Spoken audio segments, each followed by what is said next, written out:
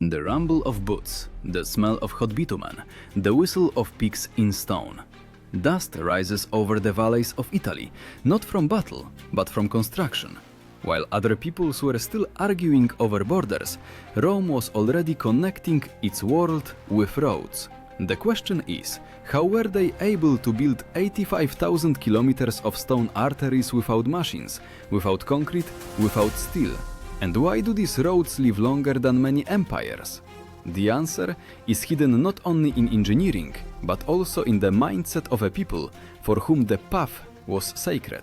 Historians wrote that the first great road, the Via Appia, began to be born in 312 BC, when Censor Appius Claudius ordered a path to be laid from Rome to Capua. By ancient standards, this was madness. Almost 190 kilometers through hills, swamps and stone fields. But the Romans did not know the word impossible. At the base of each road lay a multi-layered structure, as if, layer by layer, the armor of the empire was laid. This system was called agger, which meant embankment. First, a trench was dug, then it was filled with gravel, large stone, sand, and finally, covered with basalt slabs polished to a mirror finish. The weight of each could exceed 300 kilograms. This was not just a path, it was a monument of power. Imagine how, under the engineer's hammer, stones were assembled into a living spine of the empire. When a legion marched along the Via Appia, the ground underfoot rang, as if the Roman Republic itself was going on the offensive. Warriors believed, a road is not a means, it is a weapon. It carried orders, bread, laws, legions. The term cursores denoted messengers who raced along these roads at a speed comparable to modern wheeled mail. They could deliver a message for hundreds of kilometers in a matter of days. For the ancient world, this was a miracle, instant communication between provinces. Excavations show that even after 2,000 years, beneath layers of earth and grass, the stone slabs still lie in their places, as if waiting for the legion's return. Archaeologists found traces of wheels, cut into the stone so deeply that it seems the road itself remembered history. But how to maintain such perfection over centuries? What compelled people to lay each slab with a jeweler's precision, knowing that they would never see the end of the path? The answer lies in military discipline. Roads were built by legions, not by slaves. Every soldier knew, to build a path means to conquer. According to various sources, about 10,000 people participated in the construction of the Via Appia. They toiled for months, slept under the open sky, ate dry grains and salted meat. But most importantly, every meter of the path was subject to Roman order. If the road's line deviated from straight, it was broken down and started anew. The Romans called this principle recta via, the straight road. This was not just an engineering solution, but a symbol of Roman thinking, to go straight despite obstacles. Even mountains could not make them turn aside. With each new road, Rome did not just connect cities, it linked the world into a single system. Stone by stone, path by path, the empire gave birth to a network that would outlast centuries. But to understand how they maintained this order over vast distances, one must look deeper, to where the road became not just a road, but a manifestation of Rome's military machine. With the first rays of the sun, thousands of soldiers already stood in formation, not with a sword, but with a shovel. Before them lay a stony slope, where Rome's new artery was soon to pass. This was not the labor of slaves, this was an army building an empire. Every pickaxe strike was a blow against chaos, every stone a step towards eternity. Legionaries worked by order of the tribune, and above them stood the legate, a man responsible not only for battles, but also for construction. The Romans called such soldiers fabri, military engineers. They were trained just like gladiators, only their weapons were a square, a hoe and a cord. Polybius wrote that without engineering, Rome could not have existed for a single day. Roads ensured the movement of troops, supply and power. With their help, the empire could transfer an entire legion hundreds of kilometers in a few weeks, while enemies were still floundering in the mud. To build 1 mile of road, about 100 tons of stone and 3 weeks of labor were required. The weight of each worker's tools and equipment reached 20 kilograms. In their bags, shovels, chisels, hammers, plumb bobs. And all this they carried themselves. Caesar's campaign diaries mention that a soldier of the Roman army marched up to 30 kilometers a day, carrying up to 40 kilograms of load. This was not just endurance, this was a system. Before starting work, legionaries set up a groma, a device for marking a straight line. Essentially, it was an ancient theodolite, a cross with plumb bobs, thanks to which engineers could lay out the path with astonishing accuracy. Modern archaeologists researching the remains of roads in Britain were amazed. The error did not exceed 1 meter over tens of kilometers. Imagine how on the plain a living line slowly emerges, perfectly straight, like a string. Warriors in mud and dust do not see the whole picture, but their labor builds a network that could be discerned even from space. Rome created not just roads, it created order, the geometry of power, transforming chaos into straight lines. Each section of the road had layers, like a turtle's shell. The bottom layer of crushed stone retained moisture, the middle layer of small stones provided strength, the top layer of basalt reflected heat and withstood the weight of carts. Modern researchers from the Institute of Archaeology in Rome confirmed, thanks to such a structure, the roads could serve for more than 5 centuries without repair. When the work was completed, the first to pass along the road was a convoy with provisions: bread, wine, salt, grain. Soldiers knew behind it would come detachments, and then senatorial couriers, tax collectors, merchants, pilgrims. The road became the bloodstream of civilization. And yet, in every stone of this system, the strictness of military regulations was felt. Any breach of order, punishment. If a legionary laid a slab unevenly, he was ordered to remove it and lay it again. If the road deteriorated, the blame fell not on the engineer, but on an entire detachment. Pliny the Elder wrote that it was precisely the fear of disgrace and precise calculation that made Rome's roads perfect. As the sun was setting, soldiers looked up at what they had created. From horizon to horizon stretched a bright strip, like a scar on the earth's body. Rome left its mark not in memory, but in stone. With each new kilometer, the network of via grew, roads connecting cities, fortresses and harbors. And if someone at that time had risen high above Italy, he would have seen a giant spiderweb, with Rome at its center, and from it, threads leading to all ends of the earth. But what made these paths invincible even against time? Not only engineering precision, but also how Rome protected them. For every road had to be safe, and therefore at crossroads and mountain passes, posts, towers and fortresses began to appear, where guards served day and night. The term mansio meant a stopping place, a resting spot for messengers and military personnel. There one could change horses, get food, deliver a dispatch. These stations were located every 25 to 30 kilometers, and archaeologists found their remains even in remote provinces.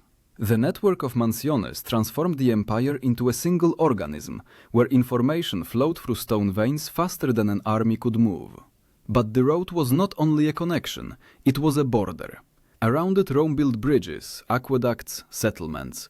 Each road carried a promise. Where the path comes, Rome comes too. And once, when the empire stretched its paths from Spain to Mesopotamia, it became clear. Roads were no longer just roads. These were lines along which history itself flowed, and at their heart, the same discipline, the same silence, and the same sound of stone that echoed on the morning when the legions began their first day of construction. When the empire grew to such proportions that a courier could travel for months from Gaul to Egypt, roads became its arteries, and control over them a matter of survival. At dawn, when fog still lay, the iron rims of carts already rumbled over the stone slabs. The smell of wet stone mingled with the sweat of mules and the soot from tar torches. Thus began the day on a road that never slept. Each section of the path had its guardian, the curator viarum, an official responsible for the maintenance of roads. He was more than an administrator, an overseer of order, an engineer, and a judge simultaneously. His task was to ensure that the empire did not lose its connections. If a slab cracked, he had to find the culprit. If a bridge collapsed, he reported personally to Rome. And when senators rode along the smooth basalt, they knew, beneath each wheel, the labor of thousands of such unseen guardians. The Romans knew how to see in details what others considered trifles. Even the road's incline was calculated with degree-level precision so that water would not stagnate and destroy the stone. For this, they used a system of clava calicaris, an ancient form of drainage, sloped ditches that stretched along the road. Archaeologists in Spain found remains of such drains up to half a meter deep, and they still work. Imagine this sound. After a downpour, streams of water run through the stone channels, like through the veins of a living creature. The road breathes, rumbles, smells of iron and rain. It is not just a thing, but an organism that lives for centuries. But the Romans went further. They understood that a road had to be not only durable, but also fast. For this, miliaria were created, stone pillars marking the distance to Rome. These were the first road signs in history. On them, the emperor's name and mileage figures were carved. A traveler, walking along the road, always knew how much remained until the center of the world. Each such pillar was not just a marker, but a symbol of the presence of power. When an army entered a new province, the first thing they did was erect a miliarium. Thus the empire declared, now this too is part of Rome. And today, finding their fragments in Britain, Turkey or Syria, archaeologists say that even stones preserve Roman logic, order and distance. Livy wrote that on some roads traffic never ceased for an hour. At night, convoys with grain moved. During the day, detachments of messengers, and in the evening, merchants and pilgrims. Along the way stood inns, smithies, temples of Mercury, the patron of travel. The air was filled with the smell of wine, hot oil and dust. It was a living stream where languages, peoples and destinies mingled. Bridges held a special place. Where rivers broke the landscape, Romans erected stone arches bound with lime mortar. They called them pons, bridge.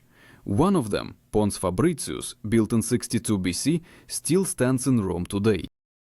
Its stones have witnessed the change of eras, emperors and peoples, but still withstand the steps of tourists. This is proof that Rome's engineering was not just skill, but an art of eternity. For such structures to withstand centuries, engineers used a substance that became legendary, Roman cement. It was called pozzolana, volcanic ash which, when mixed with lime and water, created concrete that set even underwater. Modern scientists have confirmed it is thanks to this mixture that Rome's roads and bridges have not crumbled in 2000 years. Each new kilometer of road was an act of political will. For a path is not only a means of transport, it is a method of control. Romans said, where there is a road, there is law. Legions moved along these roads, but also taxes, slaves, orders, rumors.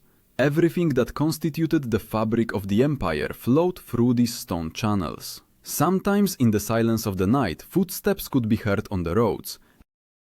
These were the cursores, the very messengers who carried emperor's letters. They ran, changing horses at each station, day and night. Tacitus's chronicles mention that a dispatch from Britain could reach Rome in 8 days. For its time, almost a teleport. And yet, the roads were not silent. They absorbed traces of wars, blood, and hope. When triumphal processions marched along them, the road hummed with the rumble of chariots. When legions returned along them after defeat, it sounded different. Heavy, muffled, as if the earth itself grieved. Rome created a network unparalleled, but behind every kilometer was a price. Blood, labor, years. And at some point, roads became not just a symbol of power, but a test for the empire itself. Because the longer the path, the harder it is to hold its end. And in this fragile balance between order and distance, a new chapter of Roman history began, when roads, built for eternity, began to expose the limits of human capabilities. When the Roman road network reached the farthest borders of the empire, from the British hills to the sands of Syria, the very idea of a path transformed into a symbol of power. But the farther the road stretched, the harder it became to maintain them. Suddenly, a new enemy emerged before the Romans. Not barbarians, not rebellions, but time. And the fight against it proved no less exhausting than wars. on the outskirts of the empire, roads began to crack under the sun. Rains turned them into stone rivers, down which stones rolled. And yet the Romans did not give up. In each region, beneficiari operated, military officials responsible for the repair and protection of the roads. They lived by the roads in small stone houses, monitored bridges, and called for workers when cracks appeared. In epigraphic inscriptions found in Gaul, the names of such people are encountered. Simple, forgotten, yet it was they who preserved the pulse of the empire. The term vestigium meant trace, and it was these traces that showed archaeologists where the old roads ran. In Britain, beneath layers of turf, stone embankments tens of kilometers long were found, laid out so precisely that their lines could only be seen from the air. These traces seem to say, here a legionary's foot once trod, here Latin speech resounded, here Rome passed. But behind the outward order lay colossal logistics. Maintaining 85,000 kilometers of stone roads required hundreds of thousands of workers, animals, tools, and provisions. The Romans created what modern historians call the world's first road administration. The collection of taxes for road repair became a constant practice. Funds were allocated from each city, and officials reported to the Senate on the condition of the roads. Those who failed the plan risked losing not only their position but also their honor. Posts and control towers stood on the roads where patrols checked caravans. In the provinces, especially in the east, roads were guarded by special detachments, Legionarii. They suppressed robberies, maintained order, and assisted travelers. In Roman papyri from Egypt, reports of such guards have been preserved. Dates, routes, merchants' complaints. This was an invisible army, thanks to which the roads remained safe. Imagine a night caravan moving through the desert, the flickering of torches, the shouts of drivers, the dull clinking of chains on camels. Along the road, watchtowers, where fires burn so travelers know they are still within the empire. This was not just a network, it was the breath of order amidst the chaos of barbarian lands. Archaeological data confirms, in some places roads were up to 8 meters wide, enough for 2 convoys to pass without stopping. Side ditches collected water, and stone curbs stood along the edges, protecting the slabs from destruction. When modern engineers studied the structure of Via Domitia in Spain, they recognized that there was not a single random element in Roman roads. Everything was subject to the logic of strength and durability. But like any living system, roads needed renewal. Emperors arranged grand inspections. For example, under Augustus, an audit of all roads in Italy was carried out. Chronicles report, the emperor personally traveled along them, accompanied by engineers checking the condition of the slabs. After this inspection, many old sections were rebuilt and strengthened. It was then that the idea arose to place altars and statues of gods along the roads, so that the path would become not only safe, but also sacred. The road, like an open-air temple. Along it stood stone steels with images of the goddess Fortuna, guardian of luck. A traveler passing by would leave a coin or a piece of bread. Thus the Romans connected the engineering with the divine, stone and prayer, practice and faith. But the farther the network expanded, the more sacrifices it demanded. In the mountains of Asia Minor, roads had to be laid through rocks, blasting them with fire and water. In the hot provinces of the east, workers died from heat, and in the north, from cold and wind. Livy wrote, Rome built roads as it waged war, without pity and without rest. Over time, roads became a symbol of the very idea of Rome, a power that knows no distances. Pliny asserted, no people has subdued the earth as the Romans subdued it with stone. And indeed, the road transformed foreign territory into part of the empire faster than an army. However, a paradox began to grow within this grandiose network. The more perfect the roads became, the faster not only orders, but also rebellions, rumors and diseases spread along them. What connected the empire also began to destroy it from within. On these same stones, along which triumphal processions once marched, now moved fugitives, marauders, and foreign armies. And then Rome first felt that the roads created for eternity could become its own nooses. But before the network began to weaken, it still managed to reach its peak, an era when roads became not just infrastructure, but a living symbol of power that seemed endless. By the beginning of the 2nd century AD, Rome's roads reached their apogee. The empire, stretching across dozens of countries of the modern world, was stitched together by stone threads, along which life flowed. The rumble of chariots, the clinking of horseshoes, the smell of dust and leather, all this was the breath of the eternal city. From Rome, one could walk to the ocean without losing the way. Miliaria, these stone witnesses of time, stood along the roads like guardians, reminding every traveler, all roads lead to Rome. At this time, roads became not just an engineering achievement, they transformed into an instrument of political stability.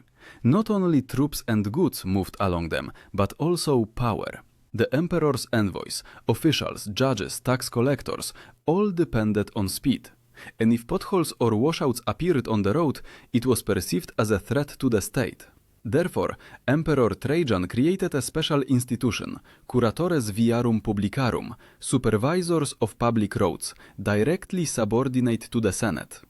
This was a bureaucratic network as powerful as the stone one. At crossroads, triumphal arches were erected, monuments dedicated to great victories. Their white marble gleamed under the sun as legions marched along the road. Dust, raised by thousands of feet, settled on the bas-reliefs, where scenes of triumph were carved. History walked along the road, and the road absorbed history. Particularly impressive was the path through the Alps, Via Claudia Augusta. It ascended to an altitude of over 1,000 meters, passing through snowy mountain passes. Where even eagles did not fly, the Romans carved steps into the stone. Pliny wrote that, in the mountains, the road clings to the rocks like an eagle's claw. Archaeologists found remnants of retaining walls that still hold the mass of rock. This was not just a path, it was a declaration of power over nature. Imagine, a legion ascends, boots slide on ice, breath turns into steam. Behind them, Rome. Ahead, clouds. Legionaries carry shovels, picks, hoes. Every stone was laid by the hands of those who were ready to die for the road. Not for glory, not for gold, for an order that would outlive them all. To facilitate movement on such roads, special carts with narrow wheels were used. They were called plaustra. The traces of these wheels, two parallel grooves, can be seen on the slabs even today. Scientists from Naples established the width of these traces is identical across Europe, from Italy to Germany. This means that Rome created the first track gauge standard in history, a norm that ensured the compatibility of all vehicles. Thus was born the idea of unification, upon which modern states later built their systems. But roads served not only power, they became roads of faith.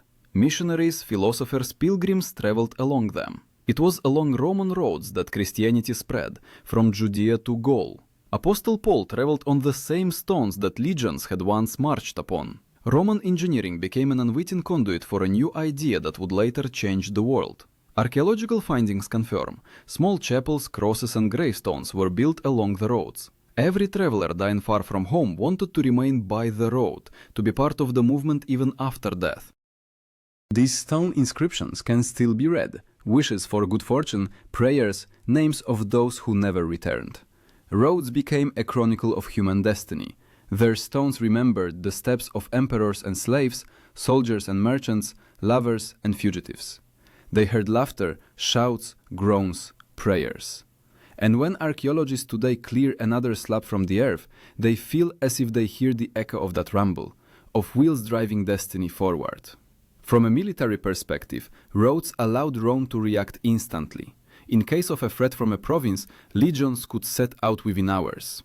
The distance from Rome to the Rhine, almost 1,500 kilometers, could be covered in 30 days, an incredible speed for the ancient world. This made the empire almost invulnerable. But in this also lay a weakness. The faster an army could move, the more it depended on the roads.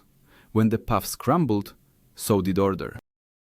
Later, during times of decline, roads began to be overgrown with grass. Without oversight, without legions, without taxes, they lost their life. However, during the era of Trajan and the Antonines, the roads still shone. The empire seemed eternal.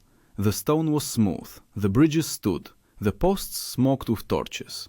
In the evening, when the sun dipped below the horizon, the path turned golden, as if the earth itself thanked those who bound it together.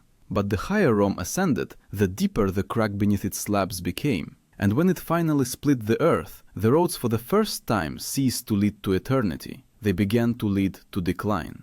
The decline of the Roman Empire did not happen suddenly. It stretched like a crack in marble, an imperceptibly growing fissure that at first could be plastered with lime, reinforced with a prop, silenced in reports. But the roads felt this fracture before anyone else. Like living organisms, they were the first to lose sensitivity. Posts disappeared, stations fell silent, overgrown vegetation began to reclaim the verges. Where chariots once rumbled, now grasses rustled. The decline began with finances. Tax revenues decreased as provinces grew poorer and legions rebelled more frequently. Road workers demanded wages, lime, tools. The empire, however, spent resources on wars with barbarians and internal conflicts. When the maintenance of the curatores viarum was cut, oversight weakened. Repairs were entrusted to local communities, and this was the first signal. The road ceased to be a matter of the state. It became a matter of survival. Along with the departure of the administration, the cursus publicus, the postal system, also disappeared. Couriers no longer raced across the empire with emperor's orders. Messages were delayed, cities lived in isolation, and the government in ignorance. Where it once took 5 days, now it required 20. The empire's speed dropped, and with it, its power. Barbarians did not destroy the roads intentionally, they simply marched along them. It was Roman paths that led the Goths to Rome, the Vandals to Carthage, the Huns to Pannonia. The irony of fate, what once bound the empire, now opened the shortest path to its heart for enemies. One modern historian said, Rome fell not by the sword, but by the road along which that sword came. In the 4th century, emperors tried to revive the system. Constantine the Great issued decrees on the restoration of road stations and obliged cities to provide slaves for repairs. But there was no longer enough discipline or will. Stones torn from old roads began to be used for walls and temples. In Byzantium, only isolated sections remained of the former grandeur, along which pilgrims and soldiers passed. Nevertheless, the roads did not disappear completely. They transformed into the bones of an ancient organism, upon which new civilizations later grew. Medieval caravans, pilgrims and merchants followed the same lines that legions once did. Even many modern highways in Europe are descendants of those ancient routes. From Rome to London, from Milan to Cologne. If you look at a map, you can see the shadow of the old framework, still holding the continent together. But in late antiquity, these roads became a symbol of loss. Along them now walked not victors, but fugitives. Families living ruined cities carried children and vessels on carts, saving what could be saved. Crosses stood on the verges where travelers perished. The wind raised dust from the slabs, and it seemed that the stones themselves whispered the names of fallen empires. Among the ruins of the roads, rare inscriptions have been preserved. On one stone, found in Campania, it is carved, Viator siste gradum hic Roma fuit. Traveler, stop your step. Here, Rome was. This phrase became a metaphor for the era. The road still stands, but what it was built for is no more. Christian chroniclers interpreted the roads differently. For them, they became a symbol of transition, a path from the pagan world to the spiritual world.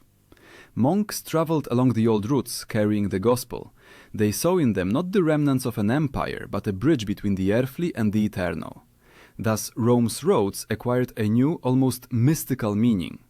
Gradually, monasteries arose in the places of old stations. Where emperors' messengers once rested, now hermits settled. Roads ceased to be paths of power, they became paths of redemption. And if earlier a person walked along them for an order, now it was for the salvation of the soul.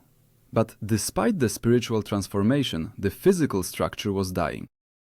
Stone slabs went underground, turning into an archaeological layer. In some places, for example in southern Italy, roads were covered with ash from Vesuvius eruptions, as if time itself decided to preserve them. In others, they were carried away by floods, dismantled by peasants, used for foundations.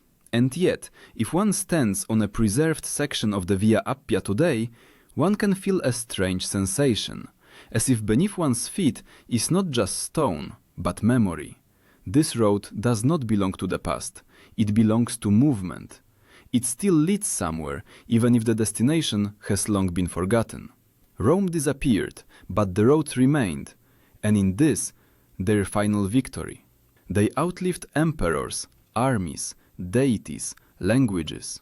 Stone proved more durable than power, and the path more eternal than he who walks upon it.